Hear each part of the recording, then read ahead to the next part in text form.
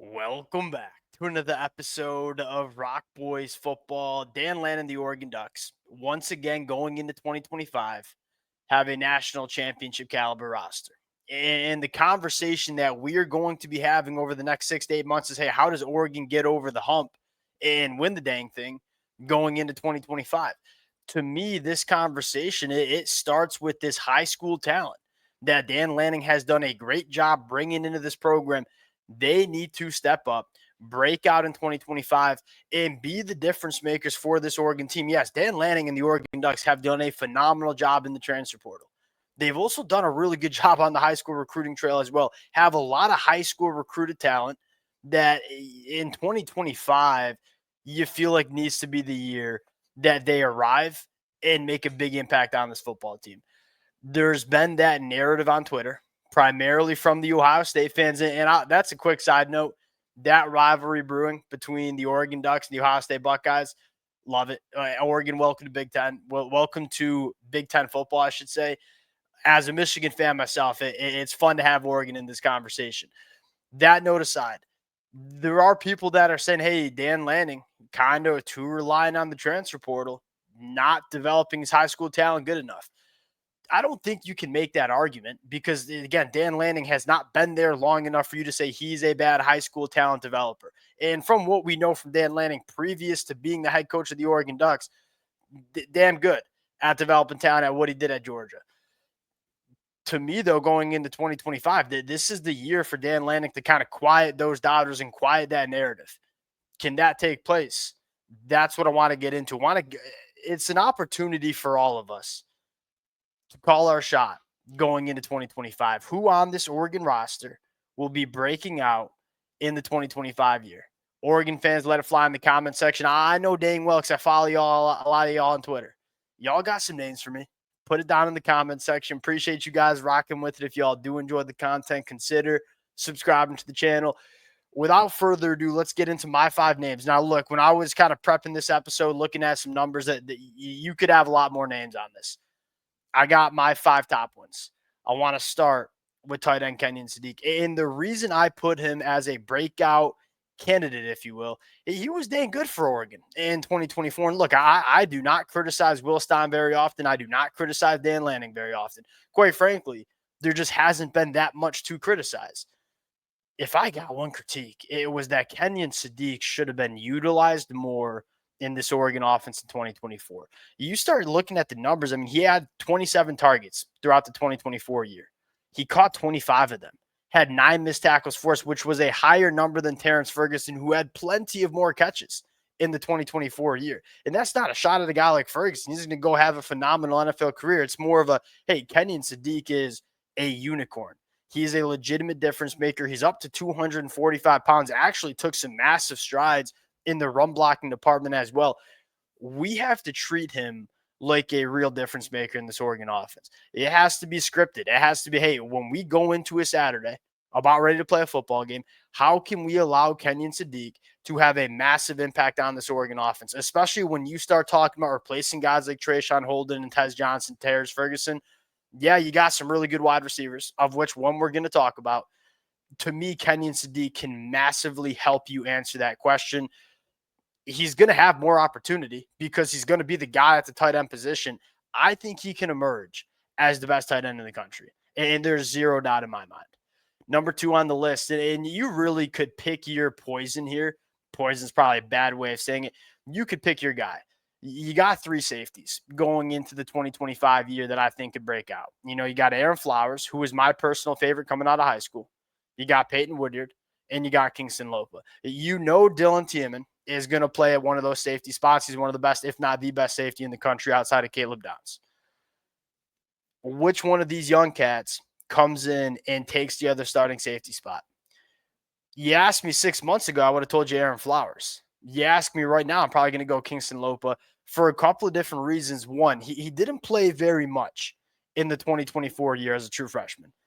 He did come in that Big Ten championship game and was tasked with dealing with Tyler Warren. And although he did not play a ton in that football game, the fact that Tosh Lupoy, Dan Lanning, and this Oregon staff went, hey, true freshman Kingston Lopa, You are the guy we are choosing to throw in the football game as a true freshman, I might remind you, and deal with Tyler Warren, who's one of the best offensive weapons that we saw in the country.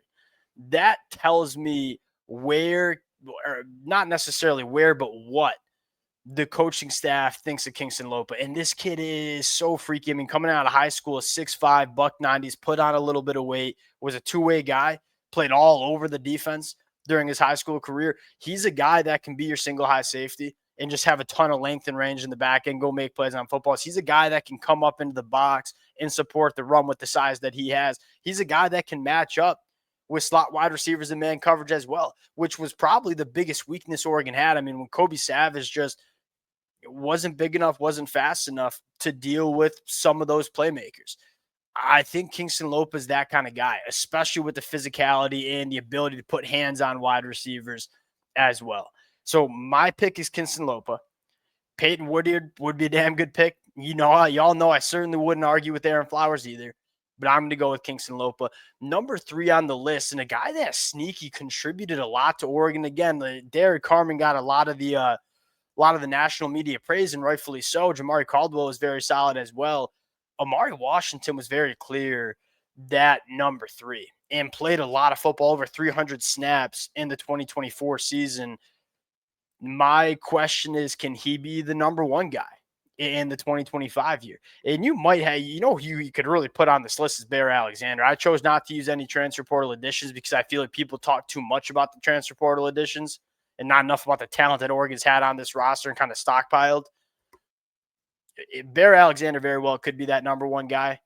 Amari Washington could as well. You start looking at some of the numbers, had a 12% pass rush win rate. I mean, he can get after the quarterback, can be that dirty work interior defensive lineman at 6'3", 330 that can eat up double teams and not necessarily clog space, but be a guy that wins at the point of attack and allows those second-level linebackers to play a little bit more downhill.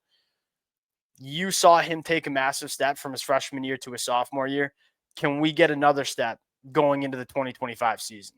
And you could throw in a lot of names here. I mean, yes, Amari Washington. Yes, Bear Alexander. What about Aiden Breland?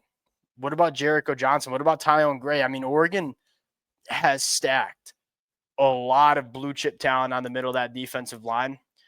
Can we see some of that young talent start to break out in 2025? And that's one of those conversations when you say, hey, Dan Lanning can't develop high school kids. Well, these are the kids he brought into the program. Let's see if Dan Lanning can develop these cats going into 2025. Might be the biggest question mark that you have for Oregon. Number 4, and it's largely, hey, what's this wide receiver room going to look like? I think 2 things for sure, and at least in my opinion. Evan Stewart is probably the wide receiver 1 heading in. DeCorian Moore is going to play, and I think he will start for Oregon as a true freshman. I just think he's that caliber guy. You got a lot of production to replace, right? Starting with Tez Johnson, going to Trayshawn Holden. You could throw in Gary Bryant, which I know is a kind of crazy. Is he going to break out or not? Gary Bryant's been solid at times in his career, and I know there's a lot of Oregon fans who have confidence in him. Justice Lowe, he's probably another guy. My guy's Jeremiah McClellan. And Jeremiah McClellan, to me as a football player, at times gets lost in the conversation because he's not this massive wide receiver like Kyle Casper. He's not a super fast wide receiver like a Tez Johnson or DeCorian Moore. But as a pure wide receiver, him out of high school was so darn solid.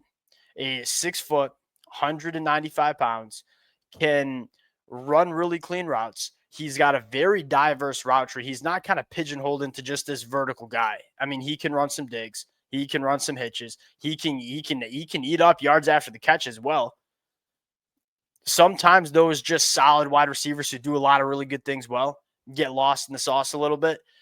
Jeremiah McClellan, I think, can be a really good football player for Oregon. I mean, not comparing him to a guy like Justin Jefferson, but this is kind of what happened with Justin Jefferson, especially as it came to the NFL draft. Was, all right, he doesn't run the fastest 40. He's not necessarily the biggest in terms of height, weight, but he's just really good wide receiver that knows how to create separation, understands leverage, really clean mover. To me, that's kind of Jeremiah McClellan. Was that not that one trait physically that jumps out to you, but he's a really solid wide receiver. And you look at all the best wide receivers, not only in the collegiate landscape, but also the NFL. You think you got guys like Justin Jefferson or Stephon Diggs and Amon-Ra St. Brown, those guys that they're just really good at their craft. I think Jeremiah McClellan can be that guy. So he's kind of one of those wide receivers that I'm looking for to really break out in the 2025 year. Last one on the list, and this is a really interesting conversation because I know Oregon's made some moves in the secondary, right? Bringing in a guy like Theron Johnson, bringing in a guy like Kennedy from Ole Miss. People are on Twitter saying, "Oh, they're over recruiting their high school kids." I don't necessarily think that's true. Like, you look at Theron Johnson, you look at a guy like Kennedy. I don't think either of them. I don't know if I said that with some confidence. I don't know how confident I am, but I'm pretty darn confident. I would be surprised if both of them start for Oregon in 2025. Yeah, you bring them in for some experience. You can never have enough depth. You can never have enough healthy competition. I'm not penciling them in to start. I look at this young cornerback room, and it could be, if he's my personal favorite, I love this kid coming out of high school. He's extremely long. He's really physical at the line of scrimmage, has the long speed, has the ball skills. He was a box checker coming out of high school. You could also look at a guy like Dakota Fields. You could also look at a guy like Roderick Pleasant. You could look at a guy like Naheem Offord, 5-star freshman coming in. Yes, Oregon made some additions in the back end that I think people just assume they're plug and play guys. I don't think that's the case because Oregon has a ton of young talent in that cornerback room. And I think a guy like Iffy could really emerge as a starter for the Oregon Ducks. And if he does emerge as a starter, you know he's going to be a damn good football player because he's beaten out a lot of good football players. I think he could be an all-conference cornerback. Loved him out of high school. Didn't really get to see any of him in 2024. Excuse me. I don't think that was much of him. It was just like when you have guys like Jabbar Muhammad, it's hard to get on the football field as a freshman. That's a really big storyline because you look at, all right, who's Oregon got to go through to win a national championship? Teams like Ohio State, teams like Texas that have legitimate difference makers on the outside. Think of guys like Jeremiah Smith or Ryan Wingo at Texas.